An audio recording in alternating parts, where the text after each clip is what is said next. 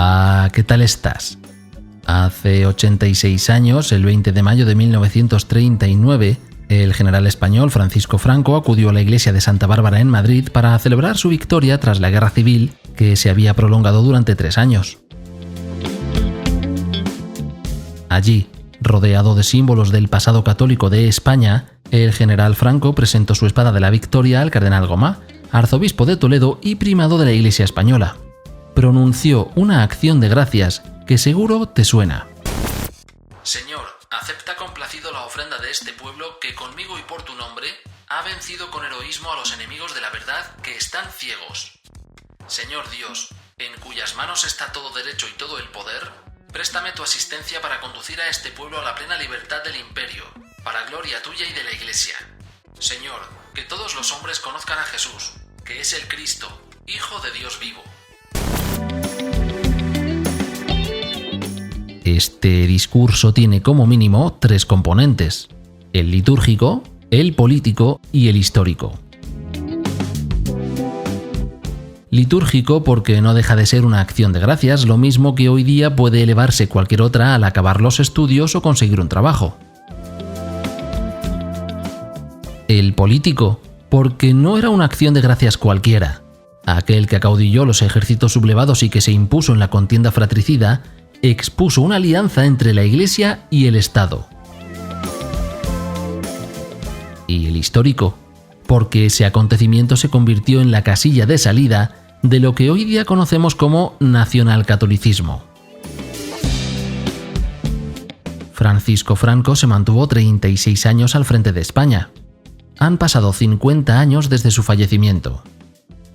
¿Cuál de las 2 circunstancias marca la historia reciente de España y la Iglesia? ¿Ambas? ¿Ninguna? Hoy hablaremos sobre ello y también de otras cuestiones relacionadas. Quédate conmigo que empezamos. Soy José Antonio y te doy la bienvenida al 231º episodio.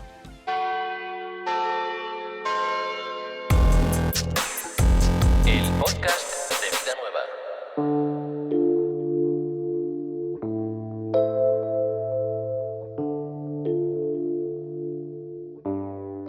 Antes de empezar, información básica de contexto.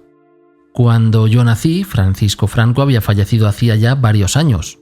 Eso significa que todo cuanto pueda conocer de él procede de fuentes externas: artículos, libros, documentales, narraciones familiares, etc. Y por otro lado, como la guerra que dividió España en el 36 dejó heridas muy profundas que siguen dejándose notar, es posible que algunas de las cosas que voy a decir te parezca que no las trato con el respeto adecuado. Hay muchas emociones a flor de piel y el clima político no parece muy dispuesto a armonizarlas para mejorar la convivencia. Veamos si con el episodio de hoy podemos contribuir un poco al diálogo y al entendimiento mutuo. En algunos ambientes de hoy día cuesta entender cómo es que en un Estado moderno europeo como es España puede haber tantas manifestaciones públicas de piedad popular católica: procesiones, fiestas patronales, peregrinaciones, devociones públicas, etc. Sin embargo, el asunto se vuelve un poco más cristalino si acudimos a la primera Constitución que se promulgó en España en 1812, que recogía parte del bagaje cultural del pasado. El 12º artículo de esa Constitución decía que la religión de la nación española era y sería perpetuamente la católica apostólica romana, única verdadera. Además, en ese mismo punto se prohibía el ejercicio de cualquier otra. Era anticonstitucional ser musulmán, judío o incluso católico ortodoxo. A su vez, el catolicismo también fue establecido como religión del Estado en las constituciones de 1845 y 1876 e indirectamente mencionado en las de 1837 y 1869. Así que cuando llegó la Constitución de la República en 1931 y estableció la separación entre el Estado y la Iglesia, ese hecho supuso una revolución que colocó a mucha gente en contra de un sistema de gobierno que estaba, al menos en apariencia, dispuesto a aniquilar la fe. No obstante, ese malestar es anterior a 1931. Resulta que en la Constitución de 1876, durante la Restauración borbónica, se reconoció al catolicismo como religión del Estado, pero se permitió el ejercicio discreto de otros cultos. Para muchos católicos, esa tolerancia, incluso limitada, equivalía a la apostasía, porque reconocía de algún modo tener derecho al error. Y es precisamente en ese marco temporal cuando Marcelino Menéndez Pelayo publica su obra en 3 volúmenes titulada Historia de los heterodoxos españoles. No se trata de una investigación como tal sobre la historia de las religiones en España, sino más bien de un tratado que señala lo no católico como no español. En el epílogo, Menéndez Pelayo escribió lo siguiente: España, evangelizadora de la mitad del orbe. España, martillo de herejes, luz de Trento, espada de Roma, cuna de San Ignacio. Esa es nuestra grandeza y nuestra unidad. No tenemos otra. El día en que acabe de perderse, España volverá al cantonalismo de los arébacos y de los vectores o de los reyes de taifas.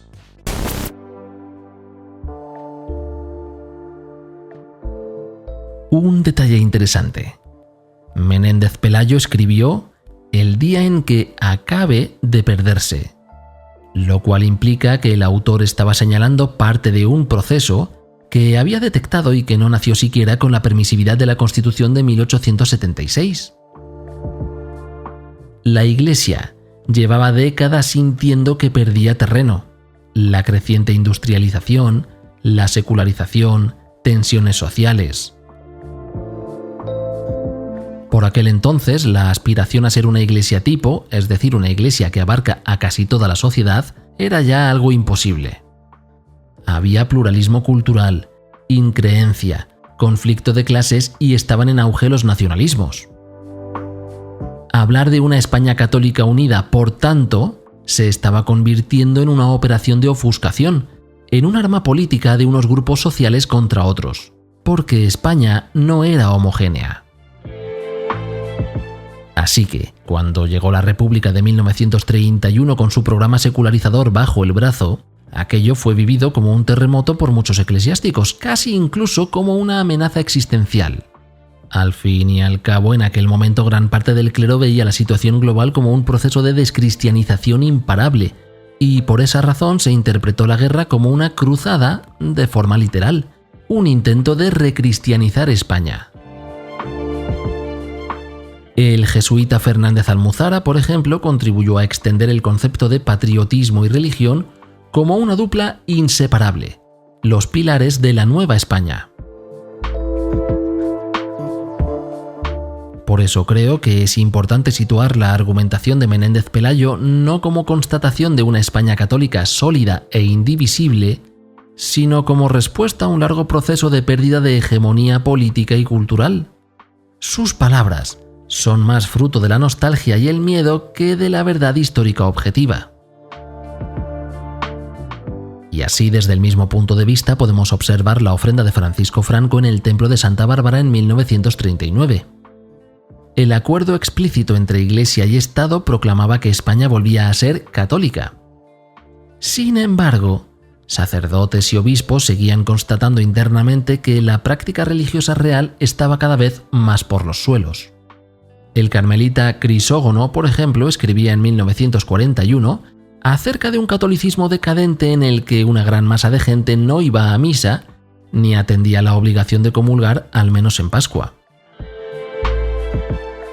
Incluso Pedro Cantero, antes de ser arzobispo de Zaragoza, al mismo tiempo que hablaba sobre la providencial unión entre lo español y lo católico, también admitía que había grandes masas de gente que vivían fuera del seno de la Iglesia. Que es algo que venía ya desde antes del inicio de la guerra, cuando apenas un 7% de la población iba a misa en los cada vez más grandes barrios obreros. Unas estadísticas de Francisco Peiró anteriores a 1936 hablan de un 20% de matrimonios civiles y un 25% de niños sin bautizar. Sus números indican incluso que un 40% de los matrimonios por la Iglesia ni siquiera sabían el Padre Nuestro. Ello nos lleva a una perspectiva sobre el nacionalcatolicismo que tenía mucho de boato y no siempre tanto de fe. Al fin y al cabo fue un pacto de algún modo necesario para ambas partes. De un lado, la Iglesia recuperaba algunos privilegios perdidos, como el control educativo o la censura moral. A su vez, el general Franco obtenía una legitimidad trascendente que no habría podido alcanzar en las urnas. Y lo que tiene mayor envergadura, el Estado se apropiaba de un aparato cultural que durante los siglos anteriores había penetrado en cada rincón del país. La Iglesia se abrazó a Franco no solo por afinidad, sino tal vez también por pánico. Muchas personas sintieron que se necesitaba del brazo secular del Estado para recristianizar a una población que, en silencio pero de forma constante, se estaba yendo de la Iglesia.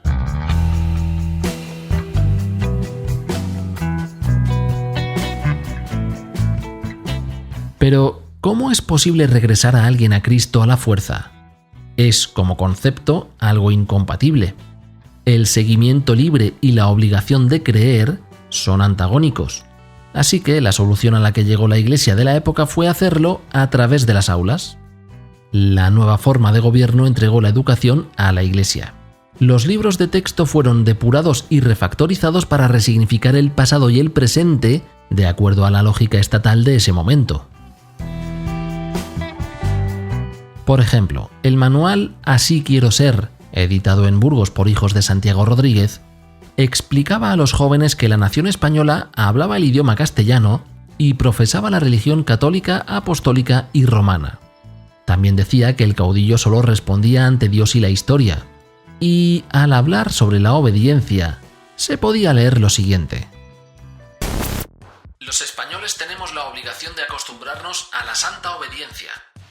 Nada de murmuraciones, de reservas ni discusiones. Nos manda quien sabe y quien puede a cumplir fielmente lo mandado. Esta ha de ser nuestra consigna. En mi casa manda mi padre, en la escuela el maestro, en el pueblo el alcalde, en la provincia el gobernador, en España el caudillo. Este manda en todos porque tiene la responsabilidad de todos. Obedezcámosle para que se haga a España feliz. A día de hoy, con la perspectiva de la historia aportando luz, hemos podido constatar cómo esa obediencia ciega enseñada desde la infancia ha sido germen de abusos de todo tipo que incluso ahora siguen siendo fuente y causa de dolor a nivel individual y comunitario. Tras unos años de matrimonio entre Estado e Iglesia llegó el Concordato de 1953. El Estado español se comprometía a pagar al clero, a eximirles de impuestos y a garantizar que la enseñanza reglada se ajustase al dogma católico. A cambio, Franco obtenía el derecho de presentación de obispos, decidiendo quiénes habrían de gobernar y dirigir las diócesis. Es el momento álgido del nacionalcatolicismo. En todos los puntos de España volvía a respirarse un aire católico, al menos en apariencia. Porque resulta que el barco zozobró. Un terremoto agitó la Iglesia desde lo más profundo. San Juan XXIII convocó un concilio, y cuando Pablo VI lo clausuró, el suelo que sustentaba el nacionalcatolicismo comenzó a resquebrajarse, si es que alguna vez estuvo del todo cohesionado.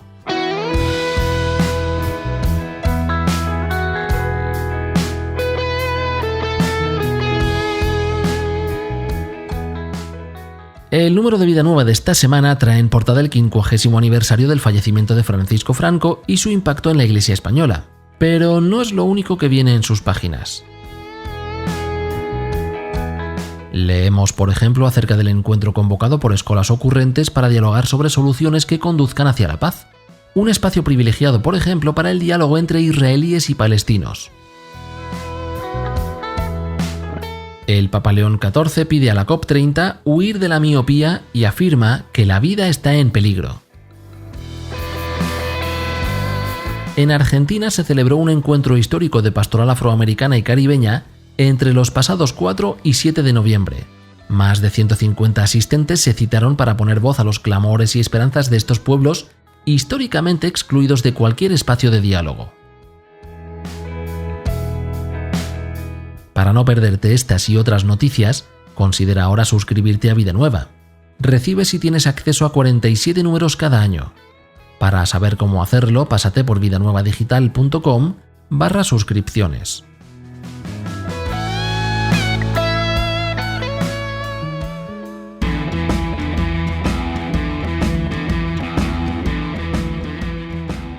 Vamos con la segunda parte del episodio.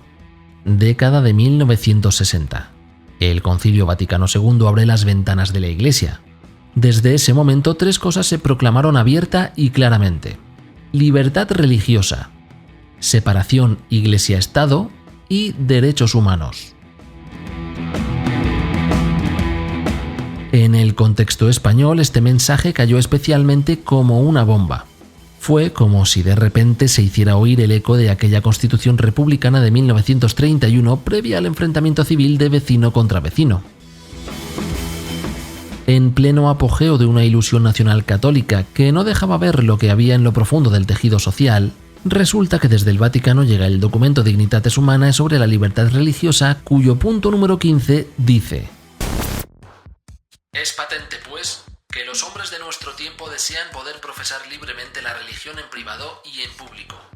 Y aún más, que la libertad religiosa se declara como derecho civil en muchas constituciones y se reconoce solemnemente en documentos internacionales.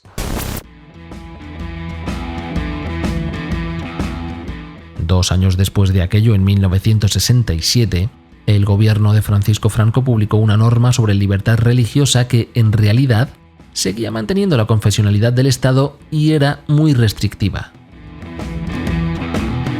Así que mientras una parte de la Iglesia seguía enfrascada en espectáculos de uniformidad católica, otros bautizados transitaban el barro de las calles. Así lo expresa la javeriana de 81 años Toñi Marín.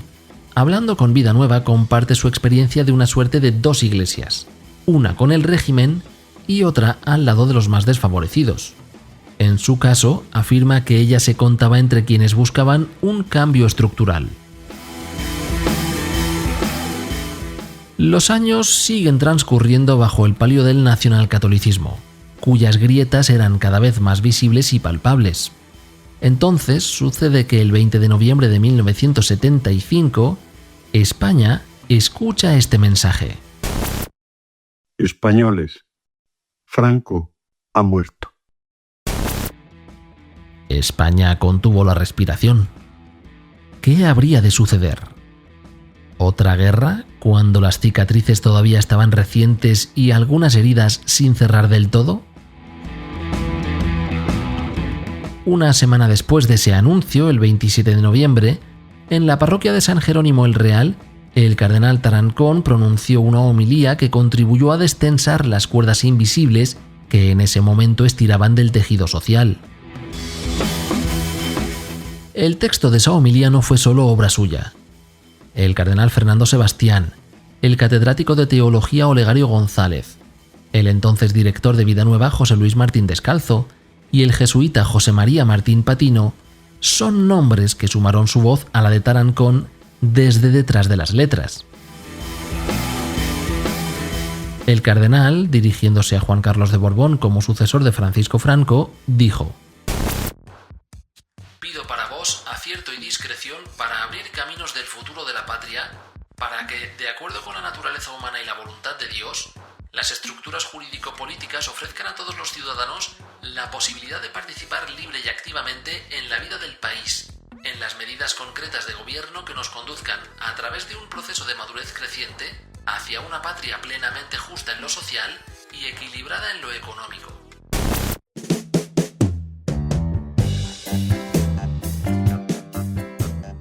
Años más tarde, el cardenal Tarancón decía que esa homilía era la superación de todo espíritu de cruzada para poder abrir la Iglesia a la independencia política y a la conciencia crítica. A eso se le llamó el espíritu de los Jerónimos, la convicción de que la Iglesia debe caminar con la sociedad y no encima de ella. Servir, no dominar. Proponer, no imponer. Si recordamos ahora lo dicho en la primera parte del episodio, la Constitución de 1876 había generado malestar en cierta parte de la sociedad hasta el punto de que Menéndez Pelayo escribiera aquel grito melancólico sobre la España que había sido martillo de herejes. Quienes abrazaban tales ideas vivieron la homilía de Tarancón como una traición, pero resulta que esta fue decisiva para que la transición española evitara explosiones religiosas o guerras culturales.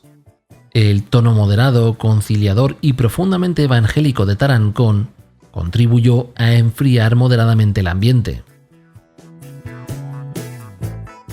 Definitiva y oficialmente, la Iglesia dejaba de patrocinar cualquier forma de ideología política. Llegó el divorcio del nacionalcatolicismo. En julio de 1976, el rey Juan Carlos hacía llegar una carta a Pablo VI en la que informaba al Papa de que renunciaba a su privilegio de decidir sobre la elección de obispos. Y con la llegada de la Constitución de 1978, la Iglesia aceptó ser una voz más en una sociedad plural, renunciando a ser la voz y conciencia del Estado. Hoy, 50 años después del fallecimiento de Francisco Franco, España es un país plural, secular y democrático.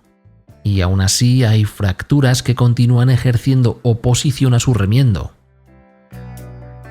La inercia política de España parece seguir oscilando de un lado a otro, con la mirada todavía puesta en la guerra civil. Y eso que a día de hoy la ciudadanía española ha vivido más tiempo en democracia que bajo el gobierno militar del general Franco.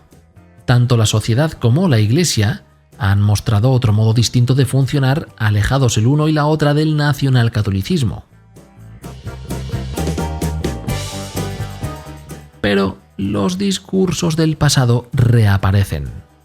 Una parte de la población señala cualquier presencia pública del catolicismo como un retroceso a la época de la imposición y otra vive con el mismo miedo de Menéndez Pelayo a la desaparición y la irrelevancia pública.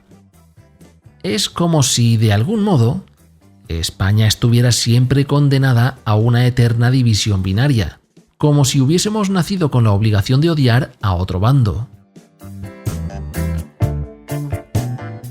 Te voy a contar una cosa.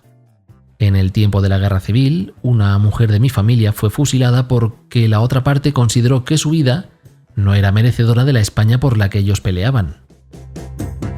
Estaba embarazada. Esperaron al parto y después le dieron los tiros.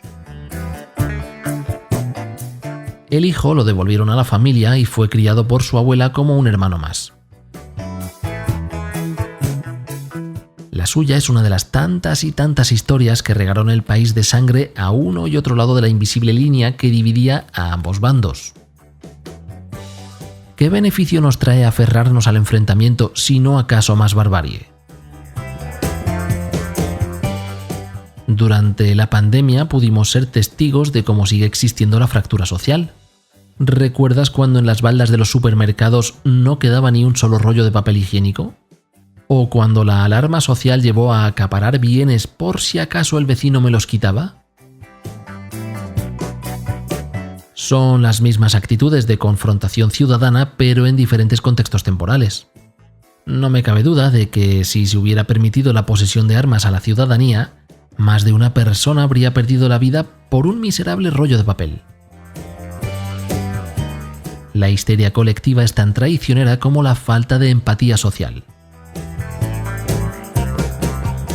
Durante los últimos 50 años, la Iglesia española como conjunto se ha esforzado activa y pasivamente para situarse en la sociedad al estilo del espíritu de los jerónimos, con un tono moderado, conciliador y profundamente evangélico. Lo cual no quita por supuesto que algunos bautizados hayan experimentado el mismo miedo que sintió Menéndez Pelayo, favoreciendo más el desencuentro y el enfrentamiento que el diálogo y la acogida. Ningún Jesús, ni el histórico ni el teológico, fue jamás martillo de nada, salvo tal vez el arrebato en el templo contra precisamente quienes hacían negocio a costa de la fe. Que le pregunten si no a Zaqueo, Marta, María, Lázaro, al ciego al borde del camino, la mujer que le tocó el manto, la samaritana del pozo.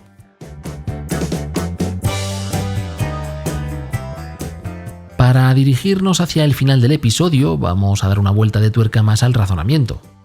Entre las décadas de 1960 y 1970 surgió en cierta parte de la población española una animadversión hacia los Estados Unidos por su apoyo al general Franco y por las bases instaladas en el país, y también hacia Reino Unido por el tema de Gibraltar.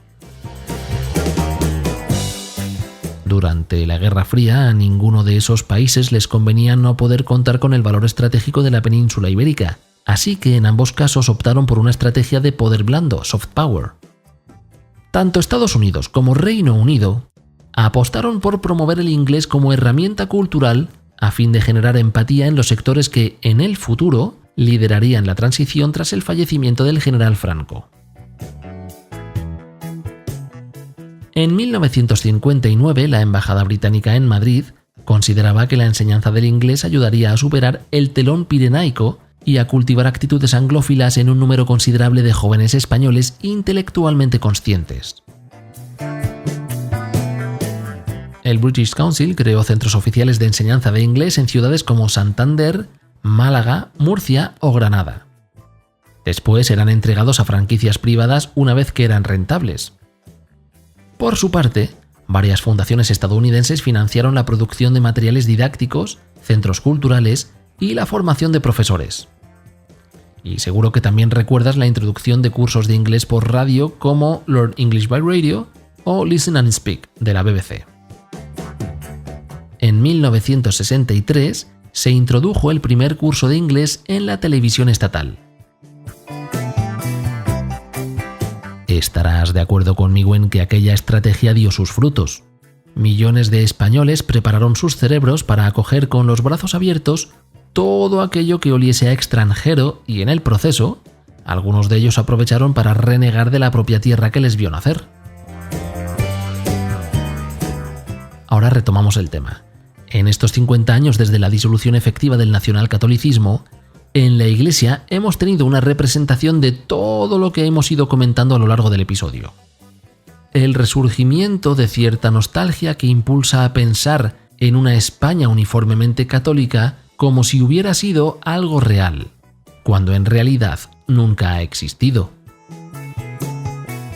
También el desarrollo de un sentimiento de culpa por la connivencia de la Iglesia con el Estado durante el tiempo de Franco, lo cual está relacionado con un impulso a menospreciar la labor de la Iglesia en la sociedad.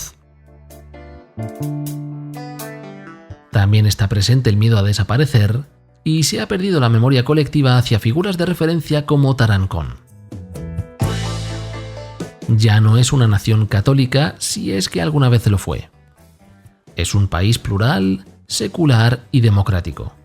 La Iglesia ya no tiene el poder de entonces, pero mantiene huellas profundas en las fiestas populares, la moral pública, la memoria colectiva. Hoy día se habla de un catolicismo banal, menos misa pero mucha tradición, poco dogma pero presencia cultural persistente. Será cuestión de aprender la lección de que cuando la religión se funde con el poder político como una sola cosa, ambas esferas salen dañadas. Cuando se abren ventanas como la del Concilio Vaticano II o la de la transición democrática, las dos respiran. Así que, más allá del revisionismo y la nostalgia, quizás es un buen momento para escuchar, como pedía el propio cardenal Tarancón y la Iglesia contemporánea, a los signos de los tiempos. La Iglesia española puede tomar nota del poder blando que ejercieron Estados Unidos y Reino Unido, porque, al fin y al cabo, también tiene la capacidad de enseñar un lenguaje siempre nuevo, el del amor y la buena noticia de Jesús. El tejido social, roto por una guerra y mantenido así por la mala actitud política, no se repara a golpe de regresión histórica ni de imposición arbitraria. La acogida, el respeto y el diálogo han de ser como el inglés de los años 60 y 70, un medio para alcanzar un fin mayor, que la salvación llegue a todo ser humano y nadie quede tirado a un lado del camino.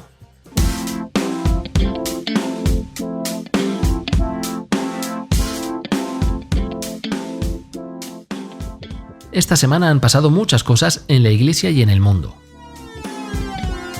Ha Ayer jueves, el presidente de Cáritas Española, Manuel Bretón, denunció que España experimenta unos índices de exclusión como nunca antes en la historia del país, con 4,3 millones de personas en situación de exclusión severa.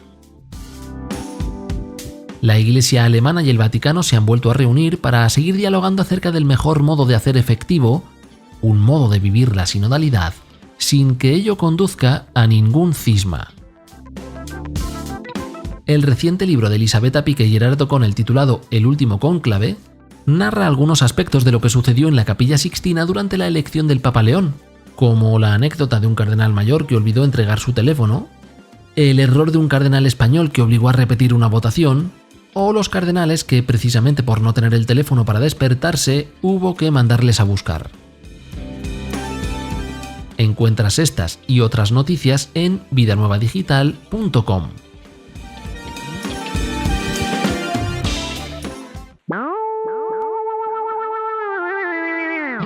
Así llegamos al final del episodio. Espero que te haya gustado. El tema es muy amplio como para que quepa en tan solo 30 minutos, así que apenas hemos podido arañar un poco la superficie.